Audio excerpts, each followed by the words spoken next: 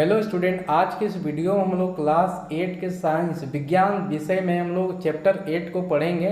इस चैप्टर का नाम है जंतुओं में जनन। इसी को हम लोग रिप्रोडक्शन इन एनिमल्स बोलते हैं, ठीक है, इंग्लिश में। इस चैप्टर का पार्ट 1 वीडियो हम चैनल पे पहले ही डाल दिए, तो आप लोग जाके इस वीडियो को देख लेंगे। साथ में आगे का आने वाला जो वीडियो है, ठीक है, उसका नोटिफिकेशन अगर चाहते हैं तो उसके लिए आपको चैनल को सब्सक्राइब करना होगा, बेल आइकन को हिट कर लेना होगा। साथ में वीडियो पसंद आता है तो इसको लाइक भी करेंगे साथ में, और अपने दोस्तों के साथ में इस वीडियो को ज़्यादा से ज़्यादा भी शेयर करेंगे, ठीक है। आज हम लोग जो पढ़ने जा रहे हैं वो पार्ट 2 वीडियो है। इस चैप्टर का पार्ट 1 वीडियो ऑलरेडी चैनल पे डाल दिया गया है, वो जाके पहले देख लेंगे, इसके बाद ये पार्ट 2 वीडियो देखेंगे, ठीक है। तो इस वीडियो को खत्म होने के बाद ये पूरा चैप्टर इस वीडियो में खत्म हो जाएगा, ठीक है। खत्म होने के बाद जस्ट इसके बाद आपको इसका क्वेश्चन आंसर भी मिल जाएगा, ठीक है। तो आपको किसी भी तरीके के टेंशन लेने की जरूरत नहीं।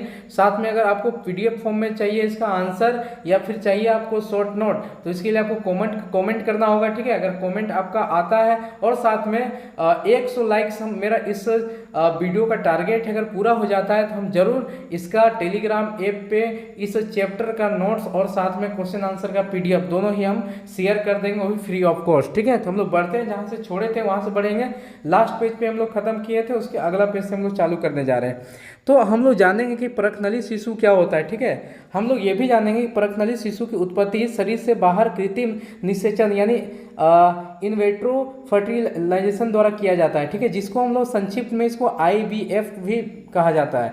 इसके द्वारा होता है। इस निषेचन में शरीर के बाहर कृत्रिम परिवेश में शुक्राणु द्वारा अंडाणु का निषेचन कराया जाता है। इस प्रक्रिया में अंडाशय से अंडाणुओं के बाहर निकलने की प्रक्रिया को हार्मोन द्वारा नियंत्रित किया जाता है। स्त्री के अंडाशय से अंडाणु को निकलकर एक तरल माध्यम में शुक्राणु द्वारा इसका संलयन कराया जाता है, ठीक है। तो इस तरीके के एक अलग मतलब एडवांस तरह का एक टेक्नोलॉजी है, जिसमें क्या है कि शरीर से बाहर में उस अंडे का निषेचन कराया जाता है। फिर वो अंडा जब निषेचित अंडा हो जाता है, ठीक है, फिर उसको बाद में शरीर के अंदर में ट्रांसप्लांट किया जाता है। इस तरीके से लोग जो है क्या है माँ और बाप बनते हैं, ठीक है। स्त्री के अंडाशय में अंडाणु को निकालकर एक तरल माध्यम में शुक्राणु द्वारा इसका संलयन कराया जाता है। इसके बाद सफल गर्भाधान को स्थापित करने हेतु युग्मनज को रोगी महिला के गर्भाशय में स्थानांतरित कर दिया जाता है, जो कि आपको समझा दिए। क्या आप जानते हैं कि विश्व में प्रथम सफल परखनली शिशु लुइस ब्राउन, यानी कि ये आपको नाम याद रखना है, लुइस ब्राउन नाम का जन्म 1978 ईस्वी में किया गया था। यानी IVF जो टेक्नोलॉजी है आज का नहीं, बहुत पुराना टेक्नोलॉजी हो चुका है। 1978 में पहली बार किया गया था, ठीक है। उसके बाद कंटिन्यू प्रैक्टिस में इसको लिया जा रहा है। ये जो टेक्नोलॉजी IVF ये जो है उनके लिए है जिनका जो है कि शरीर इस तरह का सक्षम नहीं हो पाता है फर्टिलाइजेशन के लिए, ठीक है, निषेचन के लिए। तो पहले निषेचन जो है शरीर के बाहर में करवाया जाता है, उसके बाद इसको शरीर के अंदर में, रोगी के शरीर के अंदर में ट्रांसप्लांट किया जाता है। फिर ये पूरा प्रोसेस चलता है, ठीक है। भारत में विश्व के प्रथम परखनली शिशु के जन्म के 67 दिन के बाद दुर्गा का जन्म प्रथम परखनली शिशु के रूप में हुआ था, ठीक है। तो परखनली जो टेक्नोलॉजी है उसके जो लगभग 67 यानी कि दिन के बाद में दुर्गा नाम का एक शिशु है जिसका जन्म हुआ था इंडिया में। तो पहला अगर कोई लड़का कोई पहला जो IVF टेक्नोलॉजी से बच्चा है उसका क्या नाम है, दुर्गा नाम है, ये आपको ध्यान रखना है, ठीक है। सबसे पहले लुइस ब्राउन नाम का एक बच्चे का शिशु का जन्म हुआ था, ठीक है। इनको परखनली शिशु इसलिए कहा जाता है क्योंकि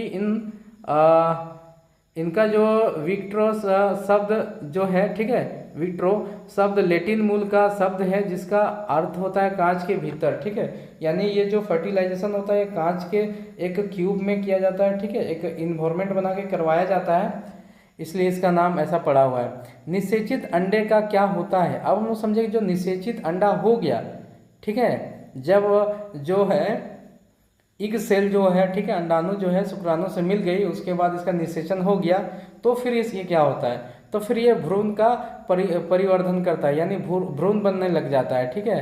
आपने कभी अनुमान लगाया है कि किस प्रकार एक निषेचित अंडा से एक बड़ा जीव बन सकता है। एक छोटा सा निषेचित अंडा होता है जो कि सही तरीके से दिखेगा भी नहीं, है ना, हम लोग को माइक्रोस्कोप यूज करना पड़ जाता है। वैसा निषेचित अंडा से क्या होता है, एक बहुत बड़ा जीव का निर्माण कैसे हो जाता है, इसको हम लोग समझेंगे। ठीक है, निषेचन के परिणाम स्वरूप युग्मनज बनता है जो विकसित होकर भ्रूण में बदल जाते हैं। युग्मनज का लगातार विभाजन होता है, इसके फलस्वरूप कोशिकाएं समूहीकृत होने लगती है और यह विभिन्न ऊतकों और अंगों में परिवर्धित हो जाती है। इस विकसित संरचना की भ्रूण कहलाता है। ठीक है, तो ये जो विकसित संरचना बाद में बन जाता है, ठीक है, धीरे धीरे बहुत सारे सेल जुड़ के ऊतक बन के अंग का निर्माण होके, तो ये भ्रूण कहलाता है। और ये जो भ्रूण है आगे चल के यहाँ पर दिखाया गया है कि देखिए कैसे ये गर्भाशय होता है। ठीक है, यहाँ पर सबसे पहले क्या है, अंडाशय से अंडाणु आते हैं। ठीक है, यहाँ पर युग्मनज बनते हैं और युग्मनज धीरे धीरे धीरे यूट्रस की ओर आते हैं और गर्भाशय में आके क्या ये सेटल हो जाते हैं और रोपित भ्रूण यहाँ पर आके बैठ जाता है। ठीक है, ये सारी चीज़ दिखाया गया। फिर ये देखेंगे कि गर्भाशय के भीतरी सतह पर ये विकसित होता है भ्रूण, ये विकसित होने लग जाता है भ्रूण, कुछ इस तरह का दिखाई देता है। तो यहाँ पर 3 पिक्चर दिया हुआ है, युग्मनज का बनना, भ्रूण का विकास और कोशिका का समूहीकरण, विकसित होता भ्रूण। गर्भाशय में भ्रूण का निरंतर विकास होता है और धीरे धीरे विभिन्न शारीरिक अंग, हाथ, पैर, सिर, आँख इत्यादि का विकसित हो जाते हैं। ठीक है, तो ये सारा धीरे धीरे पूरा बोल सकते हैं एक जीव का रूप धारण कर लेता है ये भ्रूण। तो इस तरीके से किसी भी जीव जंतु में क्या होता है, गर्भाधारण होता है या फिर हम लोग बोल सकते हैं एक बच्चे का, शिशु का निर्माण होता है। ठीक है, ये प्रक्रिया चलती है। आगे हम लोग बढ़ते हैं। यहाँ पर आप पिक्चर में ध्यान से देखिए, भ्रूण की वह अवस्था जिसमें सभी शारीरिक भाग का पहचान हो सके उसे गर्भ कहलाता है। जब ये इसका पूरा हर एक चीज़ बन जाए, ठीक है, हाथ पैर नाक कान सारी चीज़ बन जाएगा, पैर बन जाएगा, तो इसको हम लोग गर्भ बोलेंगे। जब गर्भ का विकास हो जाता है, ठीक है, पूर्ण हो जाता है, तो नवजात शिशु का जन्म हो जाता है। जब ये कंप्लीट हर एक चीज़ ऑर्गेन का क्या हो जाएगा, विकसित हो जाएगा, तब क्या होगा, इस बच्चे का जन्म हो जाता है। ठीक है, गर्भाशय में भ्रूण का ये दिखाया गया है। पता कीजिए कि मानव भ्रूण का शिशु में विकसित होने में कितना समय लगता है। ठीक है, ये हम लोग क्या करना है, पता करना है। आइए मुर्गी में निषेचन एवं भ्रूण परिवर्धन क्रिया को समझते हैं। तो जो मुर्गी है, जानवर है, इसमें हम लोग समझेंगे। मुर्गी में निषेचन के बाद युग्मनज लगातार विभाजित होते रहता है और अंडा वाहिनी में नीचे की ओर बढ़ता रहता है। इसके नीचे बढ़ने के साथ साथ इस पर सुरक्षित परत चढ़ जाती है और मुर्गे के अंडे पर दिखने वाला कठोर कवच भी ऐसा ही सुरक्षित परत होता है। ठीक है, तो क्या होता है इसमें मुर्गी में कि अंडा वाहिनी से निकलकर क्या होता है, अंडा वाहिनी से नीचे की ओर और बढ़ता जाता है। ठीक है, युग्मनज जो होता है वो, और इसके नीचे बढ़ने के साथ साथ उसमें जो है ना सुरक्षा का परत भी चढ़ जाता है। बाद में जो अंडा को जो बाहरी परत दिखाई देता है वही ये होता है वो सुरक्षा कवच, सुरक्षा कवच परत होता है। ठीक है, जब कठोर कवच बन जाता है तो मुर्गे अंडे अपने शरीर से बाहर निकाल लेती है। मुर्गी के इस अंडे को चूजा बनने के लिए लगभग 3 सप्ताह का समय लग जाता है। ठीक है, और अंडा देने के बाद 3 सप्ताह का समय लगता है चूजा बनने में। आपने मुर्गी के अंडे के ऊपर बैठा देखा होगा, तो हम लोग देखते हैं कि मुर्गी जो होती है अपने अंडे के ऊपर बैठ जाती है। इस अवधि में अंडे से चूजे का पूर्ण विकसित होता है। पूर्ण विकसित होने पर कवच तोड़कर चूजा बाहर निकल जाता है। चूजा खुद ब खुद जब ये पूरा हेल्थी हो जाएगा तो क्या करेगा, अंडा का जो बाहर का कवच है उसको तोड़ के अंदर आ जाता है। ठीक है, बाह्य निषेचन वाले जंतुओं में भ्रूण का विकास मादा के शरीर के बाहर में होता है। अंडाशय के भ्रूण का विकास होने पर अंडाशय से बच्चा बाहर निकल जाता है। ठीक है, तो इस तरीके का है। पता कीजिए कि मुर्गी के अंडे के ऊपर क्यों बैठती है, इसका क्या लाभ होता है। तो अंडा को गर्म करने के लिए बैठती है। ठीक है, तो शिशु से वयस्क कैसे बदलता है। आप अपने आसपास के वृक्षों के पत्तों पर कीट के अंडे, बच्चे, इल्ली इत्यादि को ध्यान से देखा होगा। आप देखे हैं कि कुछ जंतु के नवजात जंतु वयस्क से बिल्कुल भिन्न दिखाई देते हैं। रेशम कीट के जीवन चक्र को याद कीजिए। इस प्रकार आपने घर के पास के जलाशय में मेढक के अंडे के वयस्क बनने की विभिन्न अवस्थाओं को भी याद करना है या देखना है। ठीक है, तो सबसे पहले ये मेढक जो होता है वो अंडा देता है लार्वा के रूप में। ठीक है, ये अंडा जो है इस तरीके का बन जाता है, फिर ऐसा ये अपना बनावट कर लेता है, फिर फाइनली ये क्या करता है, एक मेढक का रूप धारण करता है। ठीक है, तो मेढक का जीवन का चक्र इस पिक्चर में दिखाया गया है। क्या आप ये मछली की तरह दिखने वाला टेडपोल ही विकसित होकर मेढक बन जाता है? इसको हम लोग टेडपोल बोलते हैं, यहाँ दिख नहीं रहता है इसलिए नहीं पढ़े। ये जो बना हुआ चीज़ है टेडपोल बोलते हैं। आगे चल के क्या है, यही क्या बनता है, मेढक बनता है। ठीक है, वयस्क तो बोला जा रहा है कि हाँ पर वयस्क के लक्षण इससे भिन्न होते हैं।